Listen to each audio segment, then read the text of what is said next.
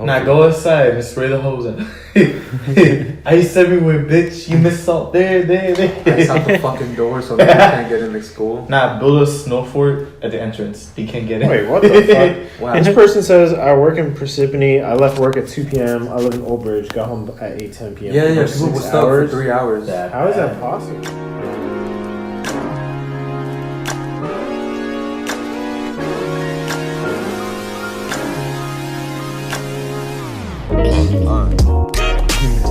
What's happening, everybody? Welcome back to Improvatory, the podcast that tells stories through improv. So, part 2 of Gobble Gobble season. I'm going to be talking about the Native American Purge.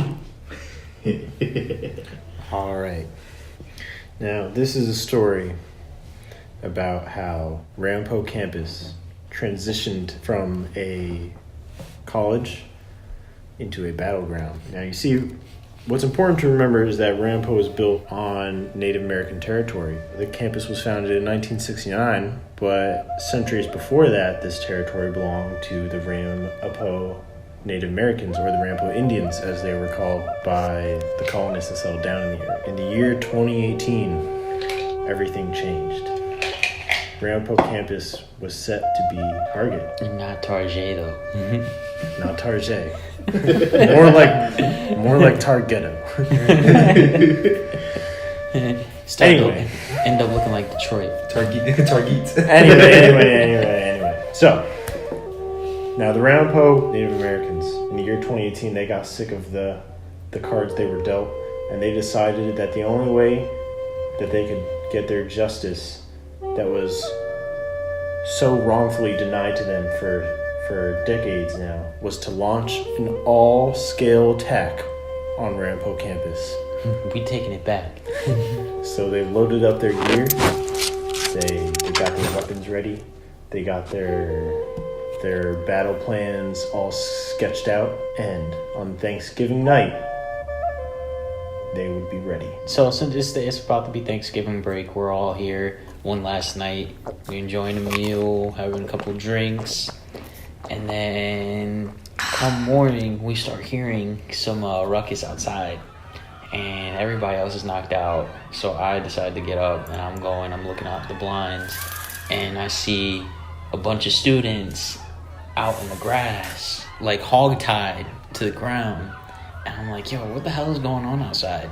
So I keep looking, and all I see is a Native American coming around with his weapons, and he executes them. And I'm like, what the fuck is going on? So I try to go wake up everybody else. I start shaking Peter. Peter's completely knocked out. Brian, he's just slumped. So then I wake up Anthony, and Anthony, he's like getting up, and he's like, what? And I'm like, yo, check outside. There's something going on outside.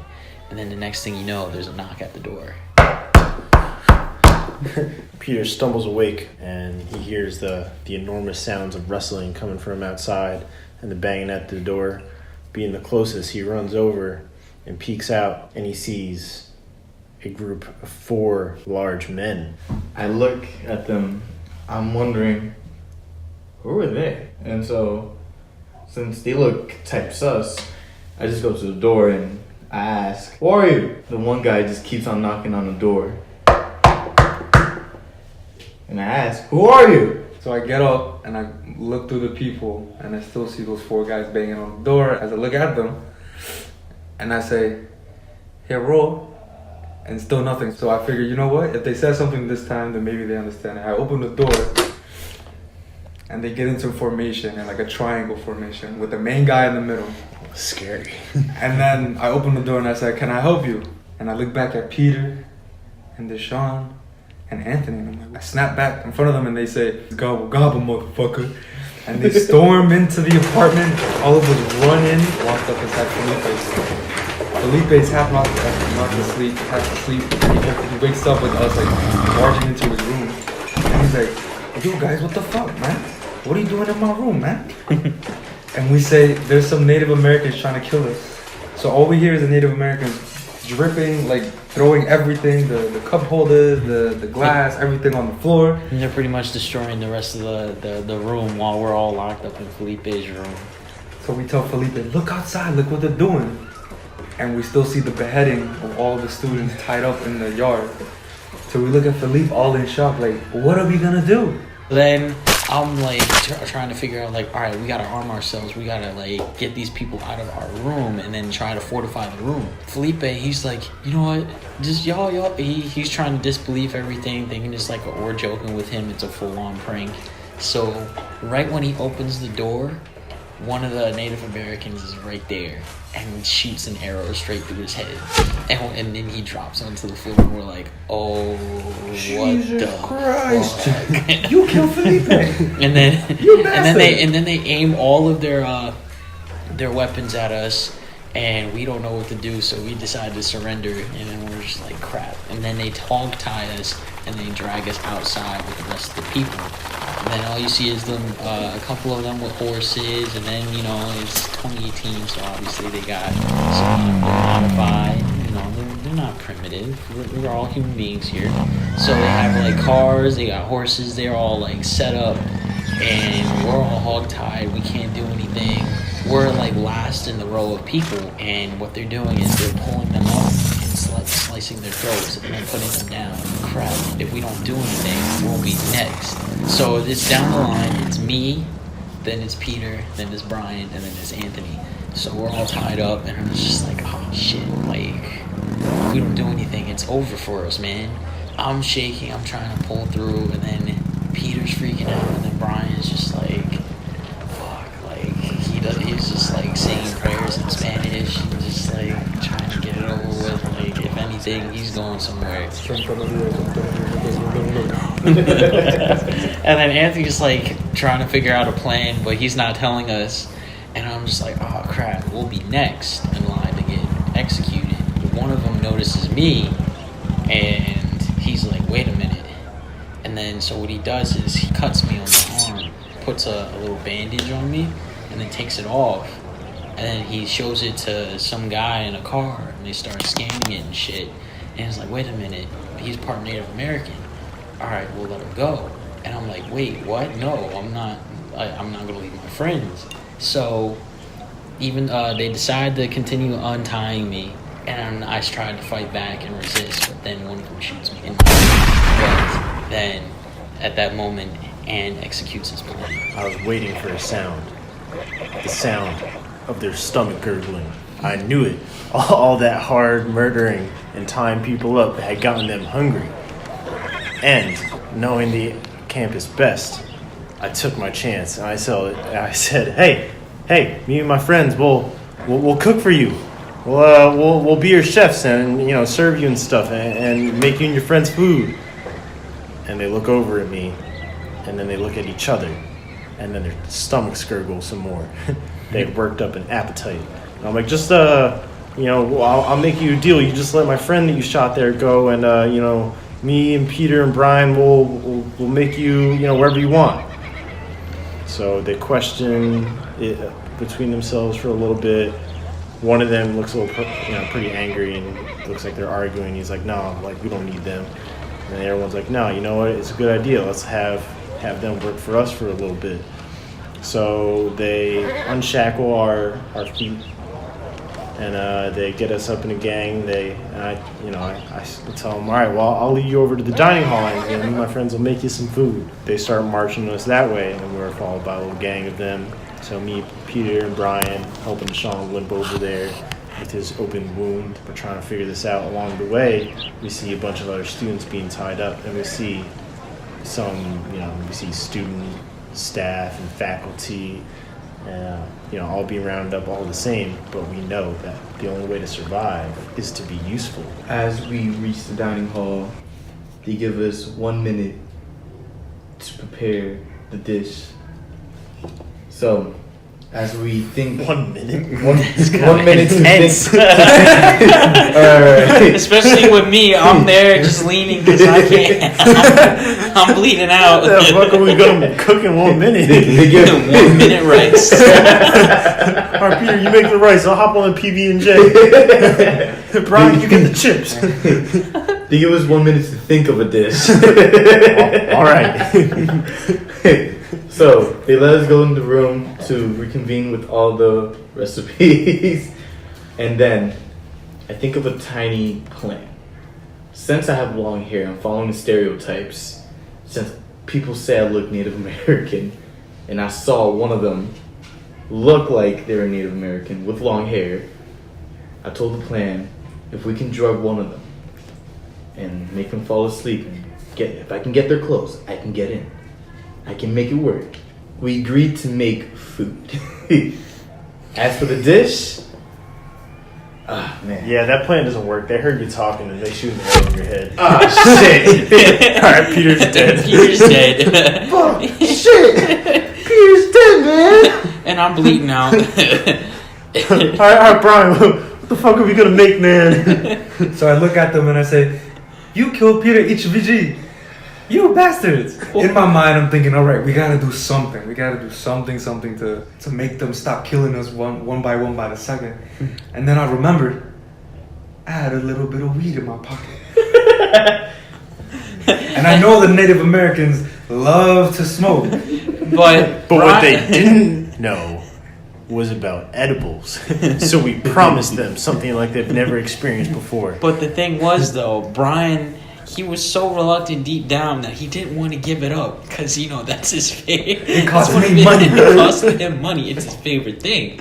So, before he was reluctant enough to offer his weed to make edibles, a resistance group on campus that has been fighting against the Native Americans comes and saves them. Led by a public safety officer. And but their clothes were all different. Their like sleeves were ripped off. Like they had been like in guerrilla warfare for weeks, even though this had only been lasting for like 30 minutes now. They had war paint on. So they plan their attack and the lights go off and all you hear is a bunch of thumps and people moaning in agony. Then when the lights turn on, it's the resistance group. And they're all in a triangle shape in the entrance of the cafeteria. And it just opens. And a man in a dark cloak starts walking up. And it's it's no one other than Stefan. So he pulls his cloak back and he bellows out a loud primal scream. And when he does, the resistance fighters flood into the Birch Tree Inn. He grabs Brian and Anthony and the wounded Deshaun, and they pick up Peter. And he tells them, "Boys, those aren't the Native Americans. The real Native Americans would never do such a purge like this. Those are the were Native Americans." They're not were Native. We call them that because we didn't know what they really are. They're actually a secret cult that had been trying to become Native Americans. They felt like the Native Americans, because Thanksgiving has been, even though it's a day to be thankful and have dinner, but it's actually the day that we've been having dinner on the fact that the Native Americans have been purged off of their own land. So they felt like they were deep down Native Americans that must purge us to take what was once theirs. So that little cult, which we considered to be called the Were Natives, War with the resistance fighters led by the estranged public safety officers and Stefan dressed in his cloak. There's loud scuffling and axes are being thrown around and plastic forks and knives are being tossed around because that's all they really got in Birch, because this was later in the day, so it's more towards late night. They had already started cleaning up. They only had the plastic stuff out. The workers that were once there, they're part of the resistance group fighting, and while they're fighting, they're cleaning up just to make sure there's less of a mess to do once the day is better and get back to normal. The woman in the sandwich station in the middle is actually making a sandwich for two fighters that got hungry and stopped. From both sides, the weird cult and the resistance fighters, because they saw all the meat and they were like, well, we might as well eat all this food before we get blood all over it. So they stopped for a meal. In the meantime, Anthony and the rest of the gang are escaping, but he realizes he wanted to check how much flex he has on his car before they head out. So he walks over to get a receipt real quick. Charlie, thank you, dear.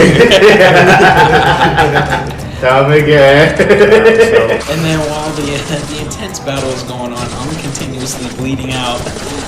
So luckily, when I'm about to finally die and accept my fate, as which I've been wishing this entire time, one of the cult members comes up, and I'm like begging them to just leave me alone. But they felt so much pity for me, especially since I'm part of Native American. They decided to heal me, and then it But turns out at that moment, a giant sword spears through that healer. And even though he was about to do a good deed, Craig from C-Store didn't know it. And he thought he was going to hurt Deshaun, so he had shown up in full battle armor, and he had been waiting for this day for years to come. So he had speared through this healer, and Deshaun's like, Craig, what the fuck? You're going to help me, man? Craig's like, where's Felipe? where's Philip? So as the guy has the blade through his body, Deshaun's looking at him also while bleeding out, and the guy just has the last word. And Deshaun's like, what do you want to say? And he's like, I never got out of the tutorial of Red Dead. And he dies. Craig grabs Deshaun by the shirt. Where is Felipe? And Deshaun just no. But he yells out. But it turns out I just fainted. I just completely fainted. Timer goes off on Anthony's phone. Shit, guys, I gotta be in the office. I'm on duty. Yo, Brian. Oh wait, I guess it's just you and me now. All right, grab Peter's body. We gotta get to this. So I grab him by the ponytail, just lift him, and we run. And then they run to the office, and then they decide to barricade themselves in the office, and they lock it. And then they notice that there's enough food in there and a little bit of water, like a water tank. So they decide that they're gonna rest for 3 days in there, or maybe even more if it comes to it. But they're not letting anybody else in. So it's just Brian and Anthony with a decomposing body of Peter just sitting in the corner, and they're just playing cards and just messing with the body because they got nothing else to do. The next thing you know, there's a knock at the door, and then they go up and they're like, "Wait, what the?" And then Brian and Anthony arm themselves, and they have the dead Peter as a human shield, and then they go close to the door, hoping that it's not one of the cult members in the war that's going on campus. And once they open the door, they see it's me, and I'm fully healed. And they're like, wait a minute, we thought you were dead. And I was like, no, I thought I was too, but I've been restored back to health. Like, somebody patched me up and took care of me. I was wondering where you guys been at for the past couple days. They're like, oh, it's only been 3 days. I was like, 3 days? It's been a couple weeks since I haven't seen you. And then I fill them in, and come to find out, the cult has finally been defeated by the resistance on campus. But the thing is, though, it's because like inside the cult there was a giant like fight between two different leaders, and the one decided to kill the other one, which confused everybody else. And then he just signed a peace treaty. Brian and Anthony head outside with Deshaun, and they see the remnants of campus. It just looks totally different. Buildings had been burned down. It's completely destroyed. There was an entirely new structure in the middle of the village. Some weird statue of like one of the cult members that had gathered a bunch of students and made him build an art statue of him. There was, just it's weird just stuff all complete around. destruction, and then everybody's just not there, and the four of us just there. And it's just like, well, what do we do now? And that was Happy Thanksgiving. Guys, it's finals week now. Gobble gobble. Do we get a reading day this year? Everybody eat up. Happy Thanksgiving. Bird up. All right.